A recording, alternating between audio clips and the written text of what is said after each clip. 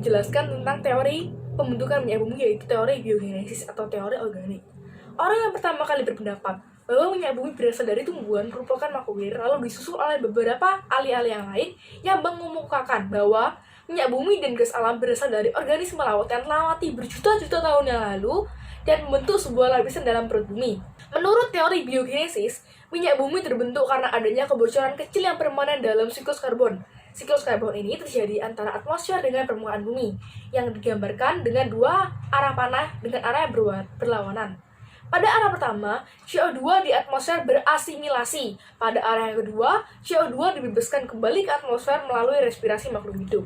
Apabila makhluk hidup mati, maka 99,9% senyawa karbon dari makhluk hidup tersebut akan kembali mengalami siklus sebagai rantai makanan. Sedangkan sisanya, senyawa karbon terjebak dalam tanah dan dalam sedimen. Inilah yang merupakan embrio minyak bumi. Embrio minyak bumi mengalami perpindahan dan akan menumpuk di salah satu yang kemungkinan menjadi reservoir, dan ada yang hanyut bersama aliran air sehingga menumpuk di bawah dasar laut. Karena perbedaan tekanan yang berbeda di bawah laut yang berbeda, embrio tersebut muncul ke permukaan laut, menumpuk di permukaan, dan ada pula yang terendapkan di permukaan laut dalam yang arusnya kecil. Saya akan menjelaskan teori anorganik. Teori anorganik yaitu oleh Barbatlot yang menguatkan dalam minyak bumi terhadap logam alkali yang dalam keadaan bebas dengan terima tinggi bersentuhan dengan CO2 membentuk asetilena. Kemudian Mendeleev menguatkan bahwa minyak bumi terbentuk akibat adanya pengaruh kerja uap pada kabida logam dalam bumi. Maka pada teori ini disebutkan bahwa minyak bumi dan gas alam terbentuk karena adanya aktivitas bakteri terhadap unsur nitrogen, oksigen, belerang, serta zat-zat organik yang tergubur. Akibatnya, maka bakteri tersebut akan berubah menjadi substansi minyak yang terdiri dari campuran hidrokarbon kompleks. Teori pembentukan minyak bumi yang terakhir adalah teori dupleks. Teori dupleks ini merupakan teori yang paling banyak digunakan oleh kalangan luas karena teori ini merupakan perpaduan dari teori biogenetik dan teori anorganik. Teori ini menjelaskan bahwa minyak bumi dan gas alam terbentuk dari berbagai jenis organisme laut, baik hewan maupun tumbuhan.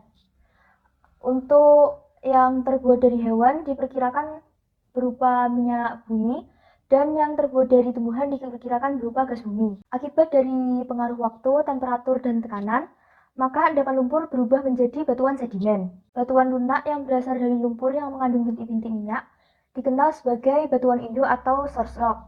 Selanjutnya, minyak dan gas ini akan bermigrasi menuju tempat yang bertekanan lebih rendah dan akhirnya terakumulasi di tempat tertentu yang disebut dengan perangkap atau trap. Dalam suatu perangkap atau trap dapat mengandung yang pertama adalah minyak, gas, dan air, kemudian minyak dan air, atau yang terakhir adalah gas dan air.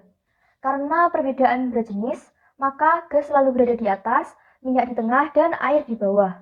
Jika gas terdapat bersama-sama dengan minyak bumi, maka disebut sebagai associated gas.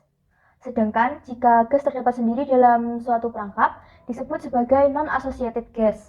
Karena proses pembentukan minyak bumi memerlukan waktu yang sangat lama, maka minyak bumi ini digolongkan sebagai sumber daya alam yang tidak dapat diperbarui atau dalam bahasa Inggris disebut sebagai unrenewable.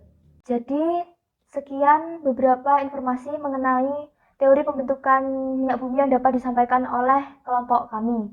Kami juga minta maaf jika dalam presentasi ini terdapat kesalahan. Terima kasih.